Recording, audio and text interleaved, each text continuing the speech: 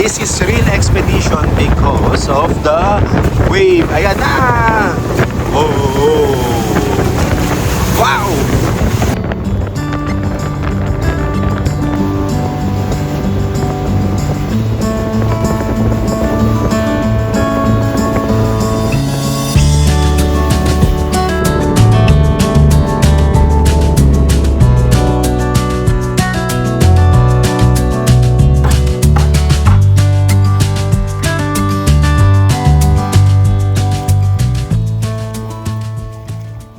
Dito tayo ngayon sa Kalibang-bangan in Linapakan pa rin, kung saan dito tayo pansamantala nagstay kasi gabi na tayo nakarating dito sa island. And alam nyo naman, so ito lang yung chance na makita nyo yung buong community pag lumiwanag na.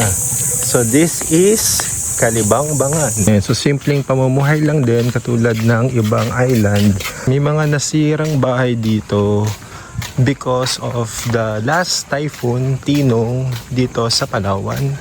Kaiba lang ang amoy dito kasi pag nandito ka sa island, amoy na amoy mo yung daing. And mayaman kasi talaga sila sa mga seafood. Ayan yung nangyari sa bagyong Tinong. Nasira niya yung bagong covered court dito sa barangay Kalibang-bangan. Punta lang muna tayo sa ating bangka kasi meron tayong mga iiwanang gamit. Kasama yung isang bangka na medyo malaki siya kasi that's expedition kung saan yung mga turista sumasakay dyan and then nagstay sila dito for overnight. And tingnan pa rin natin what we can see dito sa island. And look at that, sobrang ganda dito sa Kalibang-bangan. Ito wala ring signal, nagkakaroon na ng konting signal sa may dagat na, kaya dito maraming mga piso wifi din. Medyo mas pricey siya sa ibang island kasi yung 5 pesos is 1 hour, sa iba 3 hours siya. Mga sari-sari store naman dito and madalas yung okayan. Ay paalis na ng barangay Kalibang-bangan at tayo ay pupunta ngayon ng Dekabayutot. Wow, tumama na. Yes, nakakahiya na eh. Ayan, masyado nang mataas ang alon. Papunta tayo ng Dekabayutot Island and our last stop will be in Coron. Pero makita nyo naman, meron din tayong mga nakakasulubong ng mga expedition. And this is real expedition because of the wave. Ayan na! Oh! Wow! Okay. Andito tayo, tumigil muna tayo sa isang island. Saan kumain. And then, habang kumakain ay... pagkatapos kumain, maghugas tayo ng pinggan. Hindi ka pwede mag-vlog. Hindi ka po. Ayan, pagkatapos kumain, hugasan na yung pinggan kasi tumigil muna tayo dito sa may tabing island para kumain. Hindi pwedeng ito yung tumitigil ka tapos nag-iisip ka ng salita. Dapat tuloy-tuloy. Tapos hindi pwedeng yung sinabi mo na kanina, sasabihin mo ulit. Tayo ay tumigil muna pansamantala dito sa isang island na hindi natin alam ang pangalan dahil tayo nagugutom na for lunch. And ipagpapatuloy natin ang ating expedition going to Dekabayutot Island. Makita nyo itong island din ito. Meron ding mga bahay na maliliit. So may mga bangka rin. Malamang may mga nakatira din dyan. We are now approaching the island of Dekabayutot. Ito may mga kasabay kaming mga malalaking boat for their expedition.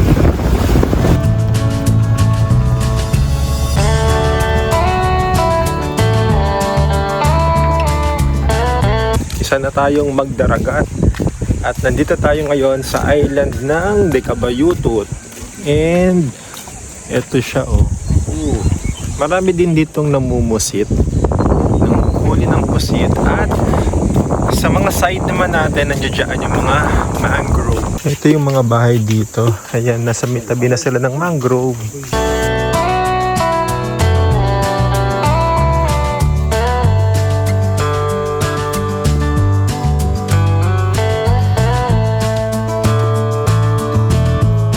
Siyempre dahil nasa island tayo, wala na namang signal, and this is our savior. We have the Piso Wi-Fi. Ayan, so at least kabisado na namin kung paano siya gamitin. From the top of Deca, I forgot the name of the barangay. Ito, nakikita na tong Kulyon, which is a different municipality dito sa Palawan. Nina, ito yung dinaanan namin na matubig, pero this time, wala na. Low tide na kasi. Ito ang huling pinuntahan nating island para sa ating expedition dito sa Linapakan. Syempre, ayan ang magagaling nating kasama. And from here to Coron, hindi ko alam kung anong oras ay makarating doon. Mga 4 na oras, 5 oras. Kaya nga ganon. Ayan. So mahaba na namang lakbayin, pero fulfilling dahil nakita natin ng iba't ibang island dito sa Linapakan. Tayo ngayon sa tubig para lapitan ng ating boat. Ayan. Pero kanina tayo'y naihatid. Pero this time, kailangan nating puntahan kasi low tide na. Ayan, may starfish dito sa Decab Video.